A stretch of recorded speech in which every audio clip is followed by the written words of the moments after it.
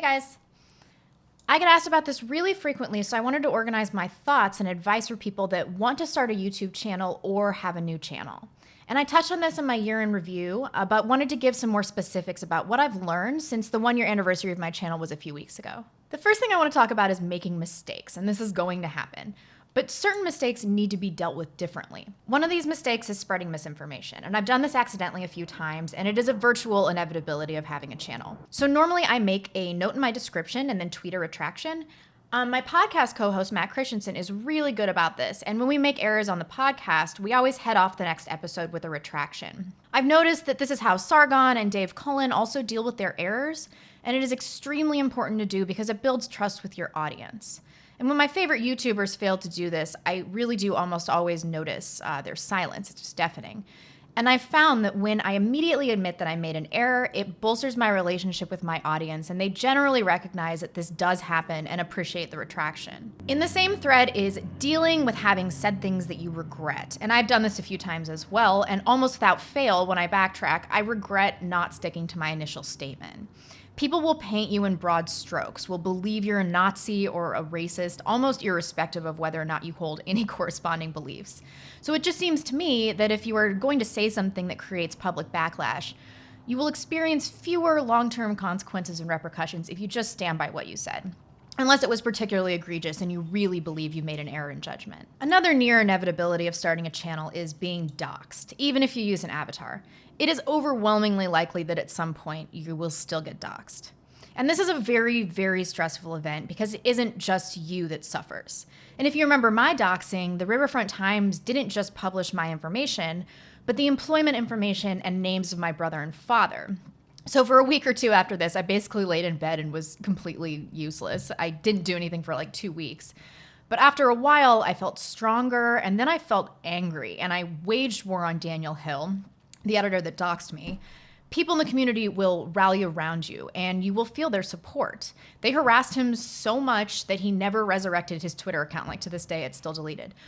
Which he almost immediately deleted after this incident, and he rarely writes about politics anymore on the Riverfront Times site. So when you are doxxed, the important thing to realize is that you are in good company and you aren't alone. The main objective of doxing is to instill fear for your finances and your personal safety, which is why Daniel Hill and the Riverfront Times attacked my family. So to avoid the first, it's very important if you can to start developing multiple income streams at the onset of your channel. My doxing was not nearly as big of a deal as it could have been because I was able to rely on my channel to sustain me financially. But after people did find out where I had worked, and they were tweeting at my former employer that they thought was my current employer, that I was a racist, homophobe, all of that, and that I needed to be fired. And it was a Seattle company with a huge feminist at the head of HR, so I certainly would have been fired. As far as personal safety goes, typically these people won't be violent, but they will show up to your house, which has happened to a few other YouTubers.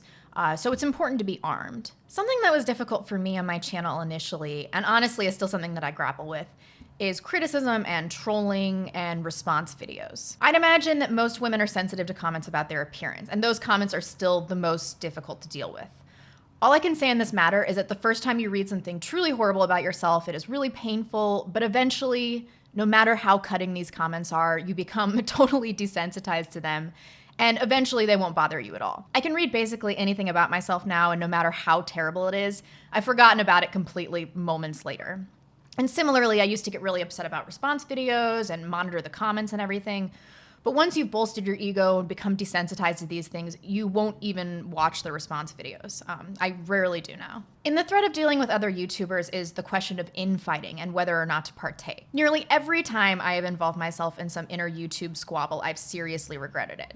Sometimes people need to be called on their shit, but I think in most instances, infighting seems petty to our audience and alienates those of them that are fans of both parties. As a general rule of thumb now, I don't like to get involved in YouTube beefs. It's rarely worth it, and even when I feel compelled to call somebody out, their audience will come after you, and it usually ends up being a huge time investment with almost no personal or professional benefit. On the other side of that coin is building associations on YouTube and furthering your own brand.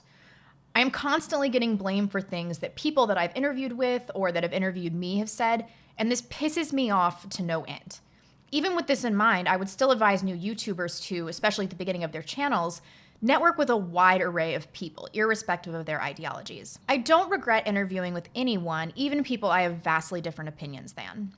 The public will invariably try to conflate your opinions with those of people you spoke to or worked with, like Daryl Lamont Jenkins did with Matt Christensen and me for the minimal work that I did for Red Ice at the RNC. But there is no way to build your audience or to network and build your brand without developing associations. But just because you've spoken with someone does not mean that you have absorbed their ideologies and worldview magically. So keep that in mind when people come at you for who you have talked to before. Once you build an audience, you will want to please them and keep them happy, and that's totally understandable. But the temptation to cater to your audience is often overwhelming. You don't have to deal with nearly as many negative comments, and just generally, it is easier to be in agreement with the broader YouTube community.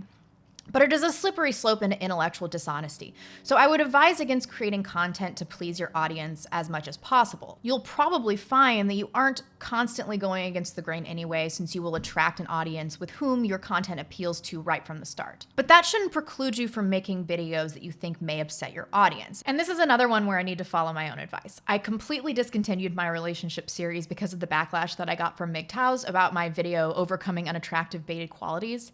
I would definitely have liked to do more videos on this subject matter, so I might get back to that series someday. Then, of course, there's some more practical advice that I wish I would have taken.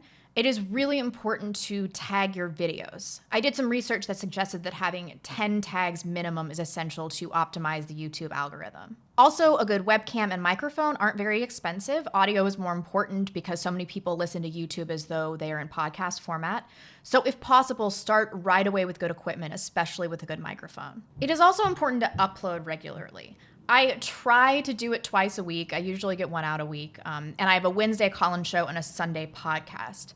But I rarely see a large channel that doesn't upload at least once a week, with very few exceptions. At the start of your channel, you might be bursting with ideas like I was. I wish I would have capitalized on this creative energy and made a giant backlog of videos. Even though some videos don't take very long to film and edit, dealing with Twitter and comments, interviews, community backlash, this can really deplete your creative resources. And it is often very, very difficult for me to conjure the will to create a new video and interact with the community like it's been these last 2 weeks. And along those lines, it is a big time saver to develop an aesthetic from the get-go that isn't arduous, that is easily replicable from changing locations. So if you are able, it is also a huge time saver to work from a single space with your camera set up so that you don't have to constantly change settings. And Skag, my podcast co-host, has tape markers in the room that he films so that he can set up easily without incident each time. If you cannot film at the same time every day, it also helps to save settings in your editing software by the time of day so that you can simply choose that setting and correct the video in one fell swoop. So there you have it. I might have left some things out, so let me know if you have any other suggestions in the comment section, or if you're a new channel and you're trying to get off the ground. I try to check out and promote as many new channels as I can. Thanks, and I'll see you soon. Bye.